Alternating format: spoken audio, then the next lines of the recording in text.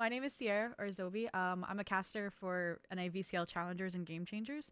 And I've worked with EG in the past on a few events here and there, so I'm excited to finally get the chance to chat with you. I wish, like you mentioned, it was under better circumstances than a win today. I know how important this match was. I was talking to Mal about it before the series started. Um, all right. Thank you. Yeah.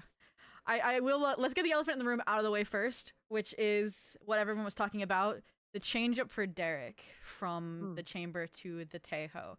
I wanted to give you just kind of the floor to give any additional insight into that change, since a lot of people are questioning it with how standout he was on that role in the 2G match previously.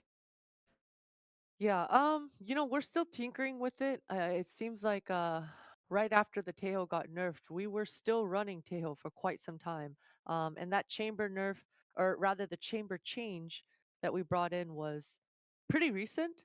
Mm. So it's still something we're tinkering with.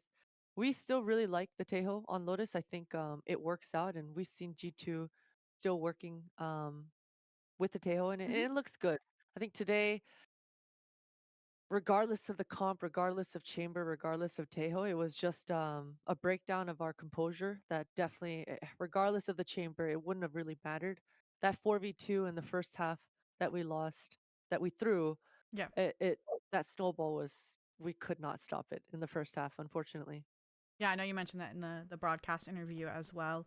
And then, kind of touching on that and something you said in a different interview than before, you said that the kind of feedback you give after matches differs, obviously, player to player, but more so on the opponent and the fashion in which you lost. So, thinking back to like this matchup, how it went, what the comms that we couldn't hear looked like, what is that feedback going to look like? Do you think, little pieces that you're allowed to share moving forward into now another difficult matchup against G2?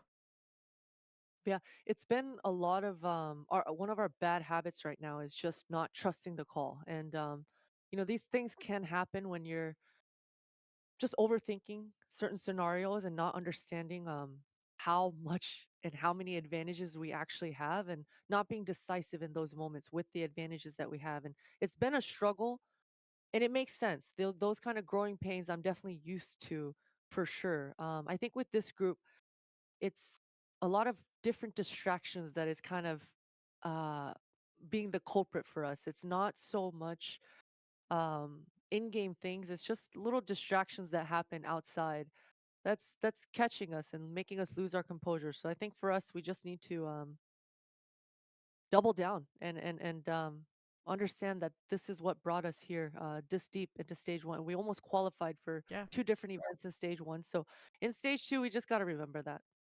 Nice. And I'll end it off with one last question that's more so looking at the opponent you faced today than problems within the team itself. Obviously, this was a rematch from that kind of grudge match. C9 kind of identified it as you eliminating them from last stage's playoffs contention. So I was curious, did you identify any differences in them as an opponent last stage versus this stage, or changes or growths that you've seen out of them in particular? For sure. They definitely just simplified their game plan versus us. I think the playoffs match, there was a lot of layers. Both of us were trying to go at it with each other, and this one was just very straightforward. C9, it seems like they told themselves that they're just better shooters, and they tried to show that and prove that today. It was very fast paced. There were certainly things that we could have done to give ourselves breathing room, and there were opportunities in the game to do that, but we played their game, and we fell short. They shot us better. Well, that's something you can fix day to day. So fingers crossed for the next match against G2. All right, let's change gears a little bit. Talk about something outside of the match, more about you and different role for you as well. Like I said, I'm a color caster myself, and I really have enjoyed seeing you as a color caster on the Game Changers International stage. So I was curious, just do you have any favorite memories with that bout that you've had? Any plans to return? And just how does it differ, being in that environment, being very like audience centric in your analysis versus a coach for a team? Yeah, that's a great question. It's similar, but it's not. Mhm. Um, it is similar though. A lot of the crazy. I guess in Valorant I didn't have as much crazy analysis, but in CS I was kind of known for having not the meta type analysis in Mm. CS. That's kind of been my identity, even in Counter Strike. That's how I had to play and learn and grow. because I didn't always win. In fact, I'm most of my career I've been losing. And so knowing that and kind of learning and growing through that is, I guess, why my mindset is like that. But I enjoy it. I really my best memory has to be 2020. Was it 2023? Yeah, 2023 GC. It was in Brazil. Um, just every time I go to Brazil, it's insane. But GC just has a different kind of energy, from the fans that come to the arena, to the players, to even the makeup artists that are doing my makeup in the back room, or all the casters and analysts. Everyone going to these GC events, it's just a different kind of energy, and I love being a part of that. Is there any way you can maybe describe or quantify that difference in energy at all? It would be Dive a little deeper. it's not so much that everyone's more invested, because for sure Yeah. everyone's invested in the VCT too, but it's just maybe, I don't want to say more care to it, but there's just a wholesomeness to it. And I don't know how else to say it. It's not. Good word. Yeah, and I don't want to say it like that, because just the other day I had two girls come up in the meet and greet after a match last week, and she was kind of telling me about how she's on a collegiate GC team, but she packaged it in a way where I'm just on a GC team for a Aw. collegiate team. So I don't want to say, I don't. It's amazing. The GC energy is just as good as the VCT, but it just seems like everyone that attends the GC events have a different kind of purpose of why they're going, not just to enjoy Valorant. So I love it. That's a really nice view of it, and it's a great segue then into the next question that I had on that kind of like that participation in the space. There's a lot of female and non-binary, like obviously the player community. There's a lot of broadcast talent and managers, but there's less so front-facing coaches, right? Mainstream. The only ones I can think of, like for me, example off the top of my head, is you and like Cruz Bebecita, right? So I was curious, why maybe do you think that is, and what can we do to maybe help address it in a degree or foster that kind of talent specifically? Yeah. I think it just makes sense. We are playing a video game for sure, Mm-hmm. but these guys are high performers, and all of us, even when I was playing as well, we are really, what is the word? Demanding. And so it's hard to be a coach if you don't have the kind of history that some people have. It's hard to just know Valorant and come in and start telling people what you think will work and what to do. It is pretty challenging. So for me, the perk is I have age on my side. I've been in esports for so long, and I have history on my side. Um and experience. And so because of that experience, most of the things that I see, it's spot on. So I would say you lose the trust of your players really quick, and so that's why we're seeing such a big turn or over in coaches and coaching staff. It's really hard to maintain the trust of your players when you are all high performers. So I'll say that's probably why it's really challenging to be to just break through. um I've spoken with BB a few times on crew, and it's I love, I'm a big fan of her. I'm a big fan of her, and I would love,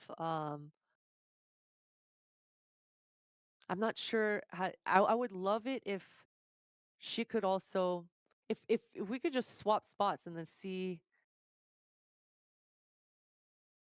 the progress and how fast it would be, because BB is much younger than me and I'm Mm-hmm. much older and I have the history.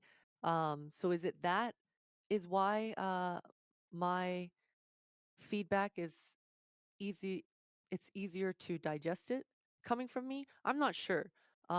But I will say, for me, that is my biggest challenge every day as a coach, is making sure that what I say is digested and it does make sense in the grand scheme of everything we've been working on so far. So I think that's probably where it's the most challenging for coaches. I just went on a ramble. I don't No, even know if what I just that's said made amazing insight. That's exactly why I'm asking it. It's a great topic and discussion. And now, kind of like taking that ideology, then, and a part of this, I think you answered in terms of just trying to build up that experience and that like reliability. What advice do you maybe have then for those that maybe aren't coming from that player background, unless that is your advice? What advice would you give to those that are trying to then step into coaching for the first time? Like, for example, I'm coaching my first Game Changers tournament next weekend for Rating Academy, which is like the step right below Game Changers. So like, what advice do you have for those kind of people that are trying to get into it? Um, it's setting the expectations. From when I was playing to even when I was coaching, every day getting five, six, seven people in your practice room or in your team speak or in your Discord, wherever you guys are together, all on the same page. It's really challenging. It's a lot more challenging than you think because you're playing a video game, you want to have fun. It might be a Tuesday and you wake up and you just want to have fun playing video games, whereas your teammate really wants to be sweaty that day, Mm, really wants to get into the nitty-gritty details of the timings of the smokes, and they want to get nerdy in theory craft. And then you have another teammate who's having girlfriend or boyfriend problems, and then you have another teammate who's maybe failed their test on it, and so yeah, everyone has their shit going on. So I would say just setting the expectations and making sure everyone's wanting to be try hard that day helps move the wheel forward, and then it helps you not be as frustrated. I think when I was younger, that would have been really helpful for me instead of just constantly trying to um, beat a dead horse. Is just realizing, okay, today's a more fun day. Things like that. So I guess setting the expectations is important. amazing. And obviously, we're at the peak of time. So, one last really fun question that I was just curious about. I saw some of your old Pokemon Go vlogs, and I was just curious, what is your favorite Pokemon as somebody who's getting back into playing some of the games and the older games more recently as well? Oh, that's a good question. I don't. I'm not. I'm just gonna say the Charizard because I'm not like I don't know all the Pokemons. That's At that okay. time, the Pokemon Go game just came out, and it was like a cultural movement. We were all outside walking around, driving around, trying to catch Pokemon. And so I was hooked for at least a month or two. It was a lot of My fun, but family I'm was not. divided. Oh yeah. Yeah, we were on different teams. It was a whole thing. Nice. Oh, that's fun to hear, and So I'm glad. Yeah, it I'll say helped. Got gamers to exercise right. as a active individual yourself. But yeah, thank you so much. I don't want to keep you tied up too much longer. I know you have work to do and some rest after a difficult loss like that. So thank you so much, and I look forward to that matchup against G2 in a week. Thank you very All much. right, have a good day. Bye bye. Yeah, bye.